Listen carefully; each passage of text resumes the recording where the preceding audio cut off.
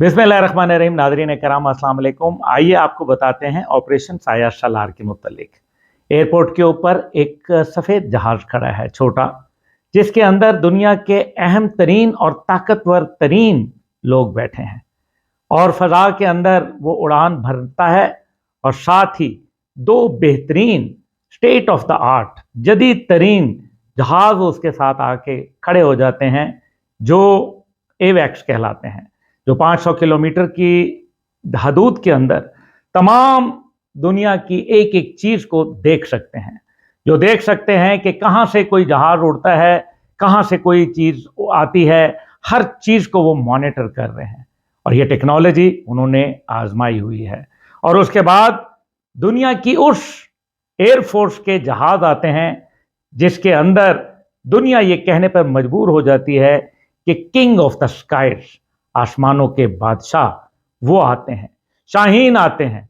और शाहीन की परवाज के अंदर JF-17 थंडर और J-10C जहाज होते हैं, जिनके अंदर PL-15 और दीगर अहम तरीन मिसाइल नस्ब होते हैं, जो ये दिखाना चाहते हैं कि अगर दुश्मन ने कोई ऐसी हरकत करने की कोशिश की तो फिर उसको सफ़ाए हस्ती से मिटा दिया जाएगा।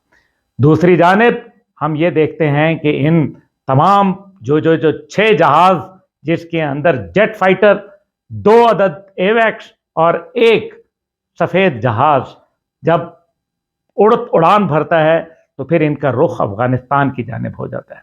अफगानिस्तान की जैसे ही हदूद में जाते हैं तमाम के तमाम सिस्टम्स बंद कर दिए जाते हैं, तमाम रिस्पॉन्डर्स, ट्रांसपॉन्डर्स सब बंद हो जाते हैं, तमाम कम्युनिकेशन नेटवर्क ख़त्म होकर सिर्फ इंटरनल कम्युनिकेशन नेटवर्क में आ जाया करते हैं और पूरी दुनिया से उनका राब्ता मुनक़ते हो जाता है।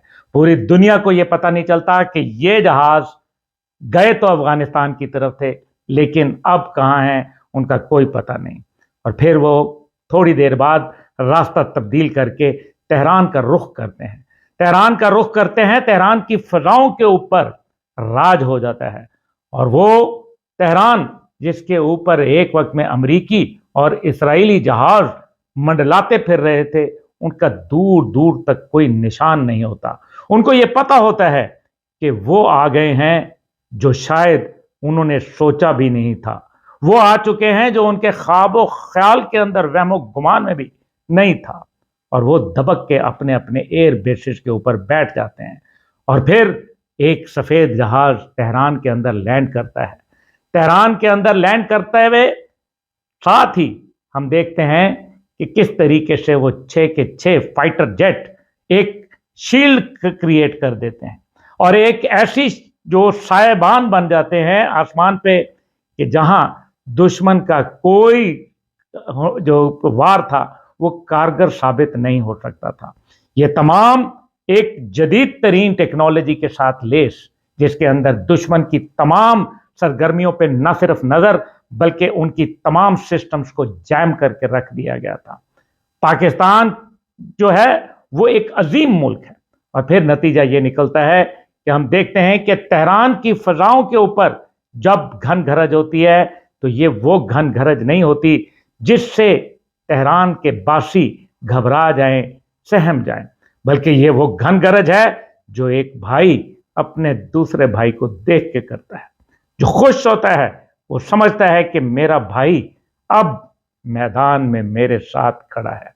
ये घन गरज किसी और की नहीं, ये उन शाहीनों की थी जिनको देखकर अल्लामा के अशार वहाँ के लोगों को याद आ जाते हैं, जिनको वो इकबाल लाहौरी प्यार से कहते हैं।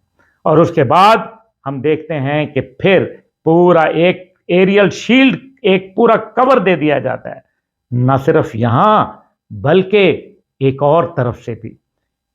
सऊदी अरब के अंदर जो अभी शाहीन गए, उन शाहीनों ने भी वहाँ से परवाज भर ली और वो फ़ज़ाओं के अंदर बुलंद थे। वो देख रहे थे कि दुश्मन अगर कोई हरकत करे तो फिर उसकी आखिरी दिन होगा। और नतीजा ये होता है कि वो दोनों अतराफ से जिस अंदाज के अंदर और दूसरी जानिब पड़ोसी मुल्क के अंदर ही ज़बरदस्त किस्म के शाहीन तैयार बैठे हैं,